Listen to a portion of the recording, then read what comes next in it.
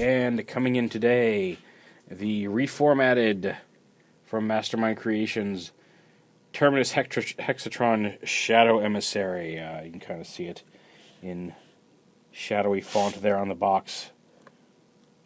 And it's basically a stealth repaint of Terminus Hexatron.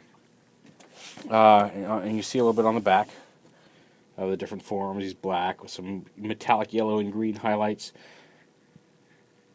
And just a stealth repaint of the figure himself. He comes in the same type of window box as previous things. I'm trying to get this. It's just a huge box, and I only have, like, just to show you, like, I can only, like, there's the edge of my shooting area, so I can only get, I can't get quite as far back as I normally can on some older shooting setups. But he's got some nice artwork of him fighting Feral Rex in his shadowy matrix colors here. And then the figure itself in a window box. I'm going to go ahead and crack it up. We'll go over all the new accessories and things that are with him. And I'll go through each mode. I'm not going to go through all the transformations, but I'll cover each mode to show you what it looks like in the new paint scheme and give a few thoughts. So let's go ahead and get this guy out of the box, and then we'll get right to it. And coming right back in, here he is in robot mode. And again, his legs are a little spread. He can't quite fit in camera as far back as I can get it back, and I apologize for that. But there he is. You can see the detail. He's got some... Actually, it's kind of a metallic greenish yellow detailing all around his body, and he does have a metallic green helmet here that can come off, which is neat. He comes with his regular old pistols, but also molded in that shiny metallic green. He comes with a bag of instructions, and in that bag of instructions is, of course, his instruction manual, a bio card, and then a second helmet that is similar, but without the face mask, so you can put it on and have a Hexatron with the face underneath the helmet. Let's see if we can get up here and show that off a little bit. So yeah, just to give you an idea of what that looks like without the face mask on.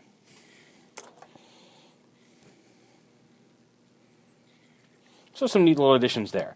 Probably the coolest addition to this version is his swords, because you'll notice he doesn't have the scabbards hanging off here, and he doesn't come with the circle of light type swords either. Here's his instructions. There's no comic in here, it's all instructions.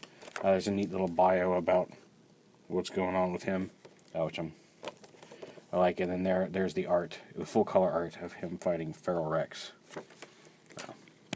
There. But so he doesn't come with the circle of light swords. He comes with the kind of super glaives that he had in the original comic, and they're neat because the handle itself is black. I assume the whole thing is black plastic, but the handle itself is still black. And then this blade and this lower blade down here are actually a shiny metallic. It's showing up a little better on camera than it is to my eye, so it's cool. It's kind of a shiny black. It's very similar to a little brighter, but very similar to what's on Leo Dux's cannons on his back. But it's a really neat kind of stealth, shiny. It's actually looking much more reflective on the camera than it's looking in front of me. But yeah, it's neat. It's very subtle silver blades on here that look really nice, and he can hold them. And then there's pegs on each side. You can actually have these peg in instead of having the holster. These can peg into these holsters or these little ports on the side, so he can still wear them on his hips the same way that the original Shadow or Terminus Hexatron had those sheaths there for the more drift-esque, like I said, circle of light type blades. Let's see if we can tone the getting really white, all the reflections shining off, really washing out the video there. We'll see if we can't get that for his next mode. Fix that up a little bit. But yeah, so there's his basic robot mode with the blades. Here we'll go ahead and give him his guns. Come on, go in his hand there. There we go. Give him his guns here. Go on. You can hold it. You can hold it. You can hold it if you want to. You can leave your friends behind. Come on. Whatever. Pretty sure you can hold these just like his other self could. Maybe the chroming has made them a little thicker. I don't know. It's possible. Or they can store on his back. We'll just put this one on his back right here. I had him holding the guns earlier. I don't know what the deal is now. It's probably just because I'm shooting a video and it doesn't want to cooperate. But so there. Give him his guns on his back. have him not quite so split-legged there.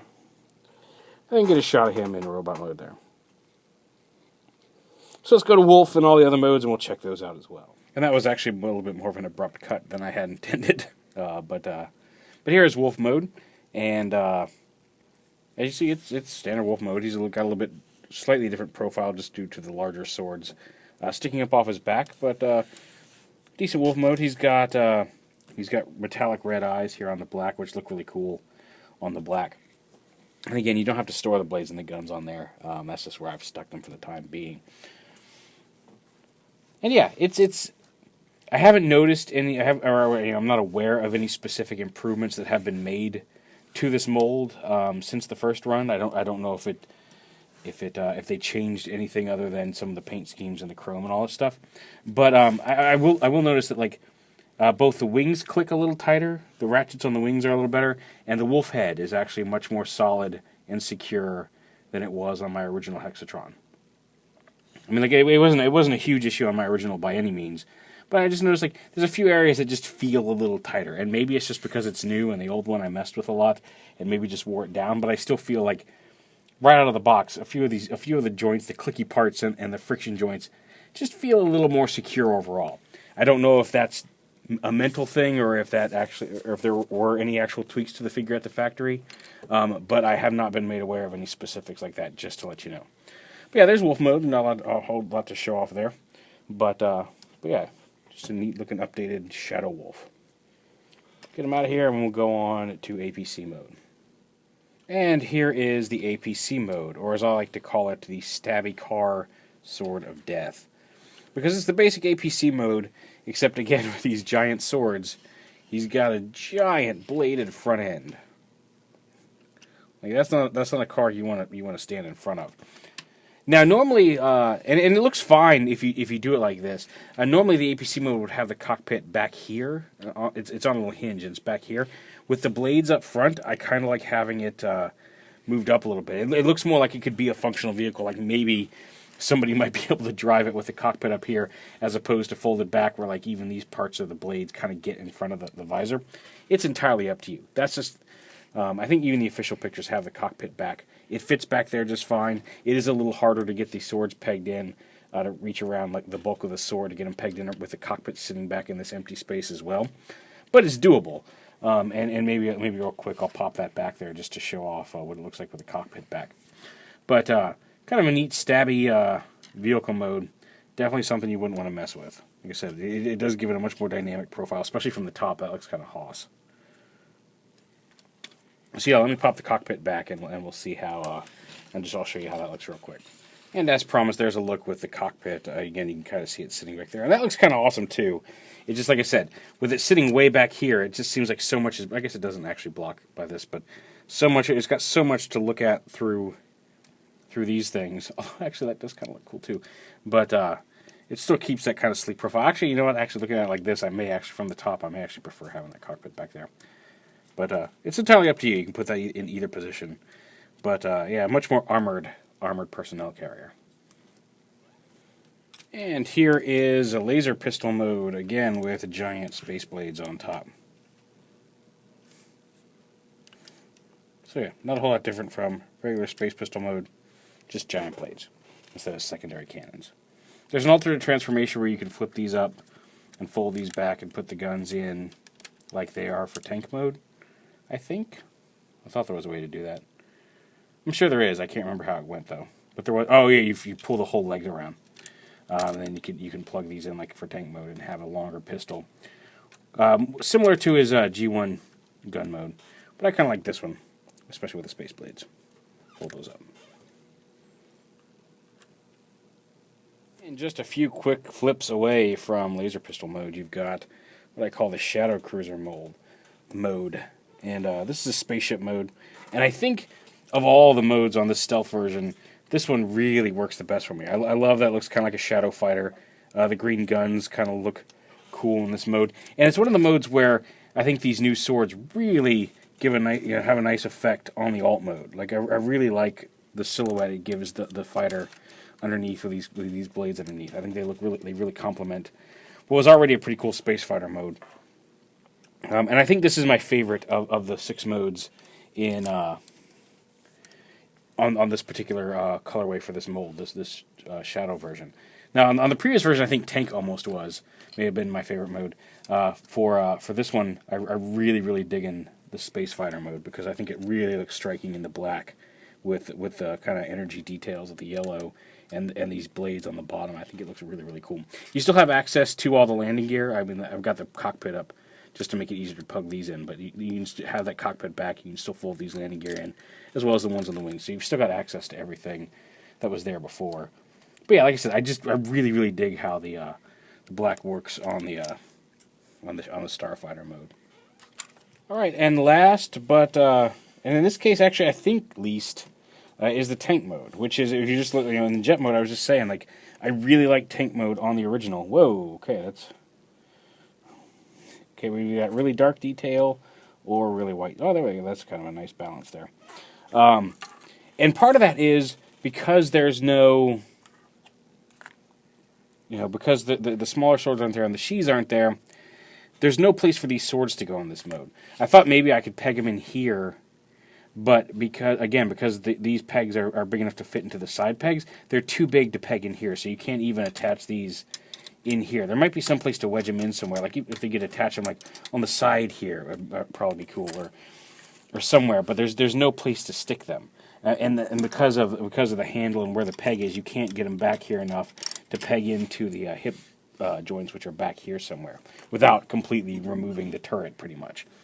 I do like the green guns, but I do kind of miss the way the sheaths on the original figure would come out here and fill in this space a little bit with some secondary guns. It's not a horrible mode, but I do think in this case it is the weakest of the 6 in this particular color scheme. Still a neat armament and placement, and certainly an effective mode, I think, for wrecking things. But it is kind of a shame that there's no place for the swords to peg in somewhere. See that? Nope, that's a joint. Or even just slot in, if there was some way to make them so they could slot in here on either side of the turret. Which again would, well, I guess the turret isn't really turning anyway. But yeah, other than that, it's still the same solid, chunky tank that it was before. Alright, so final thoughts on this guy. He's a really neat repaint of what was arguably a really cool figure. I do quite like it. I don't know if it's worth double dipping on if you already have a version of this mold. The metallic highlights are really neat. I wish they'd all kind of been more consistently the same color. Like if these bits on the figure itself had matched kind of the metallic green of his helmet and his gun, and honestly kind of made it look like the art in the book, where especially where he's fighting Hexatron, where he's got like some of the greenish highlights along his blade, and the highlights on his body tend to match that kind of greenish look that his guns have. I think it would have made it, or even if they'd done the same kind of metallic yellow on the guns and the helmet, would have maybe brought it together a little better. It's not bad by any means, but just a little bit more cohesion I think I would have preferred. I don't know, like I said, I don't know if you need to double dip on it if you already have a version of the Hexatron mold. If you don't, it's a nice color scheme, it's a good solid figure, and I really love these swords. If the swords are the only thing that interests you, I do believe Planet Steel Express will be making just the swords available in a slightly different color scheme, possibly just chromed, available at a later date just by themselves. I don't know if they're going to release the new helmet as well, which is really just the same. If you look at it, it's the same helmet as his normal helmet, just they modified it a little bit to not have the faceplate and the little details that come off the side onto the faceplate. But other than that, it's the same helmet. So it's just a little different helmet to swap out. Just give him a slightly different look. I love the look of his head with the faceplateless helmet on. I know they are still planning the Shadow Maru and Great Shot repaint. His Great Shot, I believe, repaints down the pipeline as well. And like I said, it's a neat color scheme. Like I said, but is it worth double dipping on? I don't know. But a good solid figure from Mastermind and a neat little stealth repaint. I know there are people who are into black repaints, and this one should probably float your boat because it's actually pretty cool. But yeah, there it is, the Shadow Emissary version of Terminus Hexatron from Mastermind Creations. Talon will be out next month, and there was a mold issue with the head, And if they fixed it, it should be out on time next month. And then Tigris has not been changed. He'll be out in August. So by August, you should all be completing your Feral Rexes and having that big Mamma Jamma on your shelf, which is really cool. Just to get a quick size comparison here, I didn't do it earlier on. One, you can also see he's holding both of his guns here. You have to get the lined up exactly with the slot in his hand, and I just wasn't doing it from behind the camera earlier. But he can, in fact, hold both of his guns easily. And just to get a quick size comparison, here he is with the Evasion Mode Optimus from Dark of the Moon. So you can tell he's or from Age of Extinction. So he's actually quite a big Mamma Jamma. But yeah, there it is, Shadow Emissary Terminus Hexatron from the Reformatted line from Mastermind Creations.